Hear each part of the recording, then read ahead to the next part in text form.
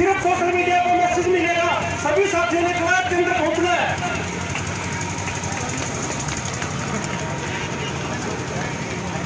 मैं इस मंच के माध्यम से आप सभी साथियों को, युवा सरदारी को, बड़े बुजुर्गों को क्लास की पावन धरती को आमंत्रित करता हूँ। धन्यवाद। जिनकी प्रतीक्षा कर रहे थे श्री शेर सिंह राणा जी, कृपया आइए और हमें संबोधित कीजिए। भाई शेर सिंह राणा जिंदाबाद, भाई शेर सिंह राणा जिंदाबाद, भाई शेर सिंह राणा जिंदाबाद, भाई शेर सिंह राणा जिंदाबाद, भाई शेर सिंह राणा जिंदाबाद। नाचरौन गांव के इस प्रांगण में मौजूद सभी आदरणीय बुजुर्गण, सभी युवा साथी, आप सबको, माताएं बहनें, आप सबको बहुत बहुत प्रणाम, बहुत बहुत चरण स्पर्श। आज ये शुभ घड़ी जिसमें हम सब ने मिलकर अपने महान सम्राट पृथ्वीराज चौहान जी की प्रतिमा का आज भव्य रूप से जो है वो मूर्ति का अनावरण किया।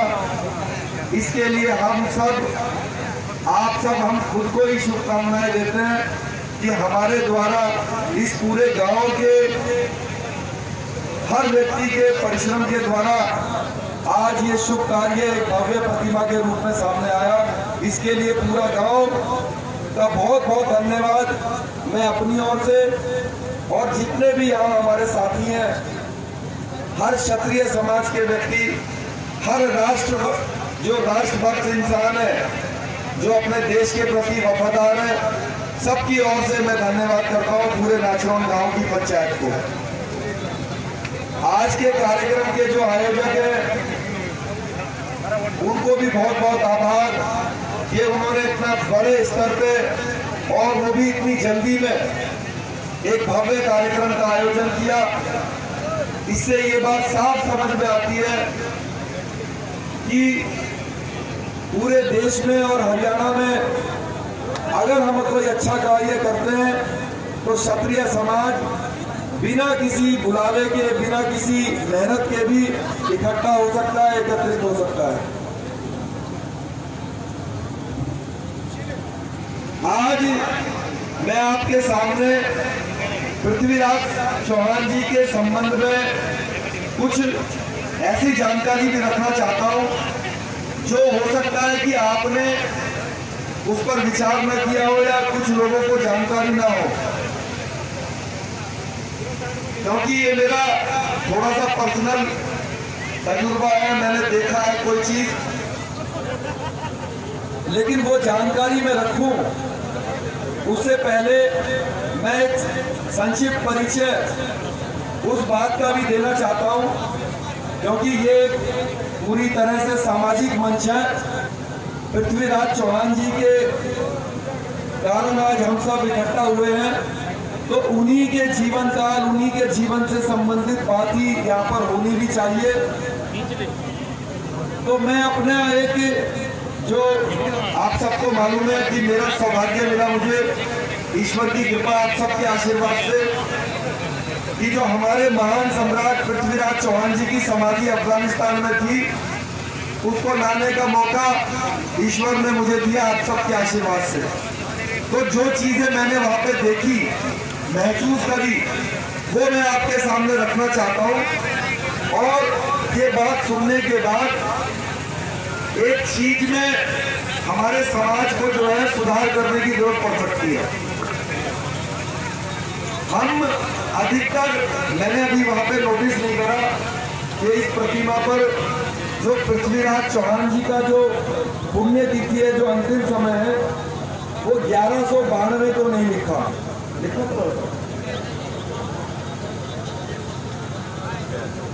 तो 1192 भाई साहब बता रहे, सरपंच साहब लिखा हुआ है, वो 1192 असल में गलत लिखा हुआ है, वो गलत लिखा हुआ है। और हमारे समाज के लोग जितनी भी प्रतिमाएं बनाते हैं उस पर गलती से गलत लिख देते हैं। इसका कारण मैं आपको बताता हूं और उनसे भी रिक्वेस्ट करूंगा कि बाद में उसको मिटो के जो है सही कर लें। देखिए 1192 में पृथ्वीराज चौहान जी का युद्ध हुआ था मोहम्मद गौरी से। अगर पृथ्वीराज चौहान जी को मोहम्मद गौरी ने कभी खत्म कर दिया था तो फिर शब्दवेदी बाण से मोहम्मद गौरी को पृथ्वीराज चौहान जी ने कब मारा? और अगर पृथ्वीराज चौहान जी ने शब्दवेदी बाण से मोहम्मद गौरी को नहीं मारा तो फिर हम उनकी प्रतिमाएं क्यों लगा रहे हैं? फिर वो महान कैसे हुए? तो पृथ्वीराज चौहान जी हमारे लिए अमर है, हमारे लिए महान है, क्योंकि उन्होंने बंदी होने के बाद भी, आंखें ना होने के बाद भी शब्दवेदी बाण से जो मोहम्मद गौरी थे, जिसका नाम पूरा शहाबुद्दीन मोहम्मद गौरी था, उसको शब्दवेदी बाण से मारा। तो वो 1192 में नहीं मारा, 1192 में वो मार भी नहीं सकते थे, क्योंकि तब तो वो युद्ध हुआ था, उसके बाद में मारा। और मैं बताता हूं कि कब मारा, और जब उसको मारा तो तभी उस दिन उनका अंतिम समय था। अब मैं बताता हूं असलियत में हुआ क्या, और थोड़ी सी वहां की जानकारी देता हूं जहां पर इनकी समाधि मौजूद थी। जैसा कि आप सबको मालूम है कि जब मैं दिल्ली की तिहाड़ जेल में था तो मुझे मालूम पड़ा कि जो हमारे आखिरी महान सम्राट पृथ्वीराज चौहान जी हैं, उनकी समाधि अफगानिस्तान में है और जूते चप्पल मार के उनका अपमान किया जाता है। जब ये बात पता चली तो मन को बहुत दुख हुआ और निश्चय किया कि अफगानिस्तान जाना है और वहां से उनकी मिट्टी को, उनकी समाधि को लेकर आना है। लेकिन इसके लिए तिहाड़ जेल से निकलना पहले जरूरी था। तो सन 2004 में मैं दिल्ली की तिहाड़ जेल से फरार हुआ, जो आज तक की पूरे देश की सबसे बड़ी फरारी मानी जाती है। तिहाड़ जेल से फरार होकर बांग्लादेश दुबई होते हुए संजय गुप्ता के नाम के पासपोर्ट पर मैं अफगानिस्तान पहुंचा और सबसे पहले काबुल पहुंचा, क्योंकि हमें ये जानकारी थी कि इनकी समाधि कंधार में है। जब जसवंत सिंह जी ने ये जानकारी 1999 में दी थी, जब कंधार हाईजैक हुआ था प्लेन, तो कंधार एयरपोर्ट से वो हवाई जहाज को छुड़वा कर लाए थे। तो भारत के लोगों को ये मालूम था कि इनकी समाधि कंधार में है। तो मैं भी अगले दिन काबुल से कंधार गया, कंधार के एयरपोर्ट के पास, और कंधार के अनेक जो इंटीरियर प्लेसेस थी वहां पे मैंने इसकी खोजबीन करी। वहां पे ऐसी कोई समाधि मौजूद नहीं थी। उसके बाद मैं हेरात गया।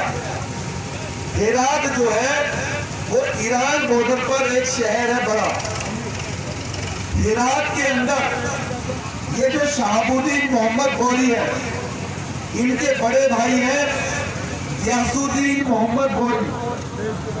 गियासुद्दीन मोहम्मद गौरी की जो कब्र है और जो उनके परिवारों की कब्र है, वो हेरात शहर में मौजूद है आज भी। एक बहुत बड़ी वहां पे जामा मस्जिद है। उस मस्जिद के अंदर उसके पूरे परिवार की जो कब्र है वो वहां पर मौजूद है। वहां से मुझे पता चला, करीब 1.5 महीने के प्रयास के बाद, 1.5 महीने ढूंढता रहा मैं, 1.5 महीने के बाद पता चला कि जो इनके भाई हैं गियासुद्दीन मोहम्मद गौरी के जो भाई हैं छोटे, शहाबुद्दीन मोहम्मद गौरी, जो भारत में आकर पृथ्वीराज चौहान जी से जंग लड़े थे, उनकी कब्र जो है वो गजनी के पास एक छोटा सा इलाका है देयक में मौजूद है। उसके बाद मैं देयक पहुंचा, जैसा हमने सुना था वैसा ही वहां पर पाया। उनकी समाधि के ऊपर जूते चप्पल रखे हुए थे उनको अपमान करने के लिए, और जो भी अंदर जियारत के लिए जाता था वो अपने जूते चप्पल रखकर अंदर जाता था। उसकी वीडियो भी मैंने बनाई, YouTube पे आप लोग देखते भी होंगे उसको। अगर शेर सिंह राणा अफगानिस्तान वीडियो लिखेंगे तो वो वही वीडियो जो वो मैंने बनाई वहां पर। तो उसके बाद लेकिन आप सबके आशीर्वाद ने, ईश्वर की कृपा ने मेरे जीवन की रक्षा की। उनके चुंगल से छूटा, छूटने के बाद दोबारा से प्रयास शुरू करा, फिर प्रयास असफल हुआ, फिर किया, फिर असफलता मिली, और जब लगातार बार बार करता रहा तो ईश्वर ने सफलता दी और उनकी जो समाधि थी उसकी खुदाई की गई। वहां से उनकी मिट्टी और जो अन्य सामान थे जो इस बात से संकेत करते थे कि ये उनकी समाधि है, वो सारे सामान लेकर मैं भारत वापस आया। वापस आने के बाद क्षत्रिय महासभा को और कुछ अन्य संगठनों को वो सारा सामान लाकर मैंने सुपुर्द किया, और उसका कुछ हिस्सा जो उनकी मिट्टी थी उसका कुछ हिस्सा कलकत्ता के अंदर गंगा जी में प्रवाहित किया। और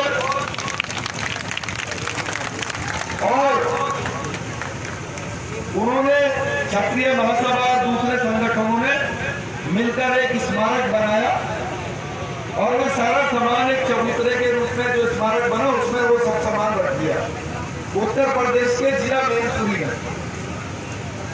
तो ये तो है कि कैसे वो समाधि आई, उनकी मिट्टी आई, लेकिन ये विस्तार से नहीं है। अब हम बात करते हैं जिसकी जानकारी आप सबको होनी चाहिए, आपको नहीं है इसीलिए आपका इतिहास कोई भी चुरा लेता है। आप सबको ये मालूम नहीं है कि 1192 में पृथ्वीराज चौहान जी की पुण्यतिथि नहीं है। अगर होगी तो हम सब बेवकूफ हैं। अगर पृथ्वीराज चौहान जी 1192 में शहीद हो गए तो फिर शब्द वेदी बाण कब चलाया? अब मैं आपको प्रूफ करके बताता हूं कि शब्द वेदी बाण भी चलाया, और उनकी मृत्यु 12वीं सदी बाद जिस दिन मोहम्मद गौरी की डेथ हुई उस दिन पृथ्वीराज चौहान जी की डेथ हुई। और अफगानिस्तान की सरकार ने जो मोहम्मद गौरी की जो कब्र बनाई हुई है उस पर उसकी अंतिम तिथि लिखी है कि वो किस दिन उसकी डेथ हुई। तो जिस दिन उनकी डेथ हुई उसी दिन ही पृथ्वीराज चौहान जी का भी शहीदी दिवस हम सबको मनाना चाहिए। अब बात ये आती है कि इसमें 2-3 इतिहास है, इसके अंदर 2-3 हिस्ट्री के अंदर 2-3 बातें हैं पृथ्वीराज चौहान जी से संबंध में, जीवन में 2-3 बातें क्या है? कुछ इतिहासकार कहते हैं कि पृथ्वीराज चौहान जी को यहीं पर ही शहीद कर दिया गया था 1192 में। जब युद्ध हुआ तो बंदी बनाया नहीं गया, तभी समाप्त कर दिया। कुछ लोग बोलते हैं कि पृथ्वीराज चौहान जी को बंदी बनाकर अफगानिस्तान ले जाया गया और वहां पे अंधा करके उनको जेल में रखा गया। तो दोनों में से एक बात सही है, तो सही कौन सी है? इस बात का मैं आपको एक प्रूफ के साथ बात बता देता हूं। जिस जगह पर मैं गया था जिसका नाम है बेअत, 3 तरह की हिस्ट्री है। एक हमारी भारतीय इतिहास है, एक पर्शियन इतिहास है फारसी का, जो ईरान की हिस्ट्री है। तो जो फारसी का इतिहास है, पर्शियन हिस्ट्री, उसमें जो उल्लेख है इनके बारे में वो क्या है हमें पता होना चाहिए। इसीलिए कोई भी आपके पूर्वज को ले जा लेता है, हमें पता नहीं है। पर्शियन हिस्ट्री में जो मोहम्मद गौरी है, मोहम्मद गौरी के पहले, मोहम्मद गौरी से पहले गजनी का जो सुल्तान थे वो परिवार था महमूद गजनवी। क्या नाम था? महमूद गजनवी। महमूद गजनवी वो सुल्तान है जो सोमनाथ के टेम्पल आकर लूटते थे। जिसने सोमनाथ का टेम्पल लूटा था उसका नाम है महमूद गजनवी। वो मोहम्मद गौरी से 100 साल पहले का इतिहास है। मतलब 100 साल पहले महमूद गजनवी का जन्म हुआ, राज्य था उसका। तो महमूद गजनवी के 2 लड़के थे। जब महमूद गजनवी की डेथ हुई तो दोनों भाइयों में आपस में लड़ाई हो गई। जब लड़ाई हो गई तो छोटे वाले ने बड़े भाई को बंदी बनाकर और अंधा करके देव की जेल में रखा। जहां पे मैं गया था वहां पर पहले जेल थी, जेल, देव की जेल। और ये बात पर्शियन हिस्ट्री में जो महमूद गजनवी है उसका जो इतिहास लिखा हुआ है उसमें इसका जिक्र है। कैसन ऑफ देव के नाम से चैप्टर है। तो वो गजनी से करीब 20 किलोमीटर दूर है। तो हुआ क्या है कि जो जेल है देव के अंदर, उसका इतिहास बिल्कुल क्लियर है कि देव के अंदर जेल थी और उसमें अंधा करके बंदियों को रखा जाता था। ये बात पृथ्वीराज चौहान जी के जन्म से 100 साल पहले के इतिहास में दर्ज है। क्योंकि महमूद गजनवी के एक लड़के ने अपने सगे भाई को उसी जेल में रखा था जिसमें पृथ्वीराज चौहान जी को रखा गया था। ये वाक्य कम से कम 70-80 साल पहले का है पृथ्वीराज चौहान जी के जीवन से।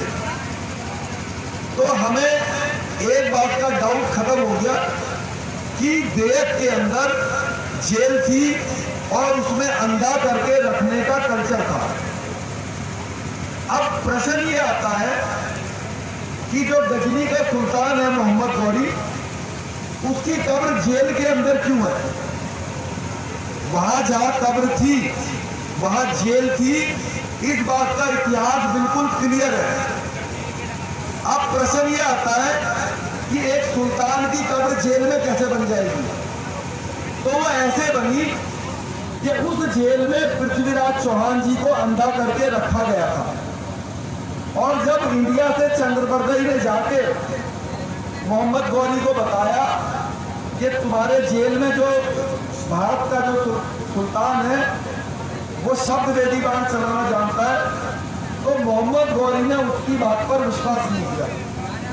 जब विश्वास नहीं किया तो चंद्रबरदई जी ने कहा कि अगर विश्वास नहीं है तो आप खुद आजमा के देख लो।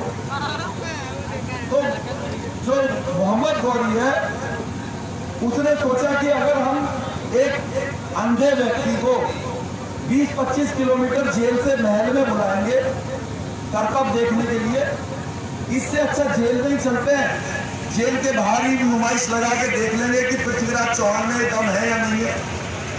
तो वो अपने महल से, जो किला था गजनी में, जेल थी 20 किलोमीटर दूर, तो वो अपने किले से आया जेल में और जेल के बाहर नुमाइश लगवाई। और जब पृथ्वीराज चौहान जी ने उसको शब्द वेदी बाण से वहां पे मारा और खुद भी शहीद हुए, तो वहां के जो उसके सैनिक और सिपह सलार थे उन्होंने उसकी जो कब्र थी वो वहीं पर ही बना दी, जिसके कारण सदा के लिए वो जेल समाप्त हो गई। उस जेल का उसके बाद कोई इतिहास नहीं है, लेकिन उससे पहले का जो इतिहास है उस इलाके का वो बिल्कुल साफ है। तो जो हम पृथ्वीराज चौहान जी की पुण्यतिथि मनाते हैं वो हमें उस दिन की मनानी चाहिए जिस दिन मोहम्मद गौरी का अंतिम दिन था। अब वो जो अंतिम दिन था वो मुझे याद तो है नहीं, लेकिन 12वीं सदी के बाद का है। और जो मैंने वीडियो बनाई थी, उस वीडियो में जो उसकी कब्र है मोहम्मद गौरी की, उसके ऊपर लिखा हुआ है, उसके ऊपर उनकी जो अंतिम तिथि है वो लिखी हुई है। तो कायदे में वो मुझे फारसी में लिखा हुआ है, वो अभी देख लेंगे उस पत्थर पे क्या लिखा हुआ है।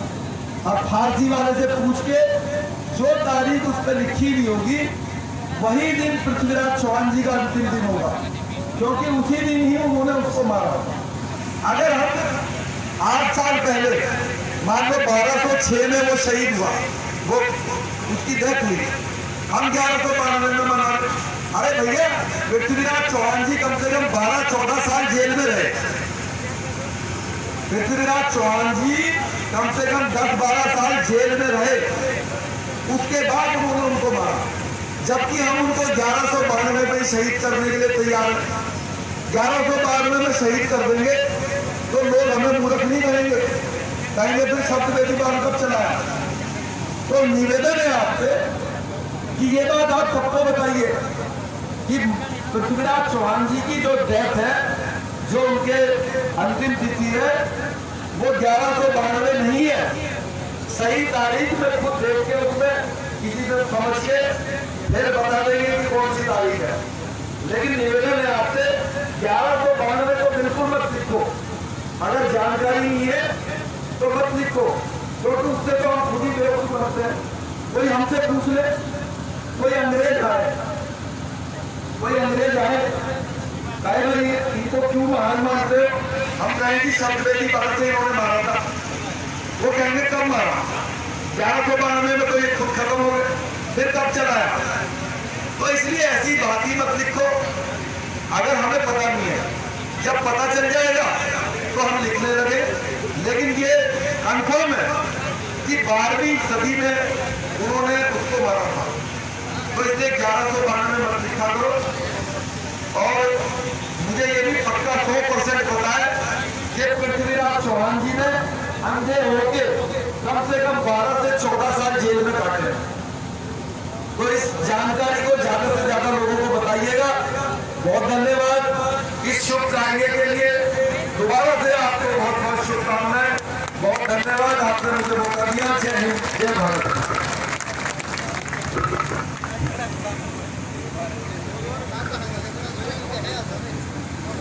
मुख्य अतिथि महाराज शेर सिंह जी ने जो इंफॉर्मेशन दी है सत्य सम्राट पृथ्वीराज चौहान जी के बारे में, मैं उसके लिए और आपके यहाँ पधारने के लिए